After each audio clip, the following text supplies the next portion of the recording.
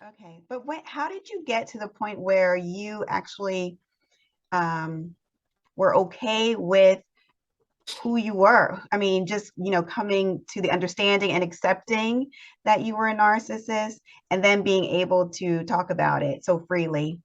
So what happened was I was always okay with it because people don't understand that narcissistic people are greedy and very lustful and were always winning by any means necessary. I was Right. always getting awarded and rewarded.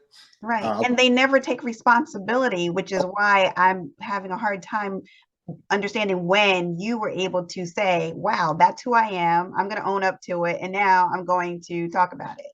so when I entered therapy the second time in 2015, I had to sit there and listen to this little lady. So the first psychotherapist, I walked into her office and I was attracted to her. Okay. So she couldn't help me because she had big breasts and I was looking at her cleavage. She's like, listen, if you don't want to be here, you don't have to be here. And I was like, well, I kind of do, but all Not right. for the same Uh, reason. yeah, so right. So I'm out, and then I got offended because she put me out, but I'm like, I don't need to be here. Ain't nothing wrong with me. So the next time I went, the lady, she was a psychiatrist and she wasn't attractive. So she was again like, she's like, Mr. Walker, can you kind of pay attention to what's going on here? I'm like, not really, but now, so I left her office after 50 minutes. The first lady, I was in her office for 18 minutes. And it's all and I'm reading all this stuff like the last year, and I'm like, man, dude, you have some problems. So I finally went in and they said, hey, you need to complete this training. I mean, it's your therapy, so we can get your diagnosis, whatever it is, so you can get your disability, which is tied into anxiety, PTSD, whatever. And so I said, okay, I got 6 months till I retire.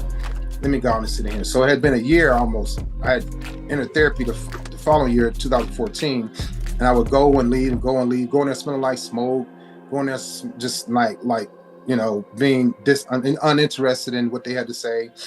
But I already knew because in my 20s I had to diagnose. I'm like, I don't need to be here, but I did. I had to diagnose, but I wasn't doing anything about it. I wasn't fixing myself, right? And so I sat January 2015. I started going weekly, and I sat there, and I was like, every time I go in, I'm like, I don't want to come in here today. She's like, just have a seat, Mr. Walker. I'm not going to hurt you. And when she said that, I was like, wow, she's not going to hurt me. So finally, somebody listened to me. Finally, I give myself a chance for somebody to listen to me. And somebody allows me to let my guard down and not be judged. And she said, you? She's a little bitty white lady, like 4'11", like 100 pounds. And she was looking at me like, I'm not going to hurt you. She said, you don't have to be big and bad in here, okay?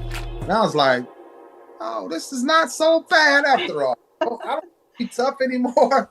And she said, Wow, it was like an exhaling moment, like yeah, I can take my guard down yeah. She said, and yeah, you come in here like you're going to run my office and you're going to take over. Just have a seat. We got a lot to talk about. What happens if and when a narcissist gets to the point of taking responsibility and getting therapy? The narcissist generally does not seek therapy on their own accord. It is usually only when they are forced to by someone else, or when they are experiencing an extreme crisis, that they will consider getting help. Even then, they may only do so begrudgingly, and may not be truly committed to the process. Therapy can be beneficial for the narcissist, but only if they are willing to work hard and honestly examine themselves.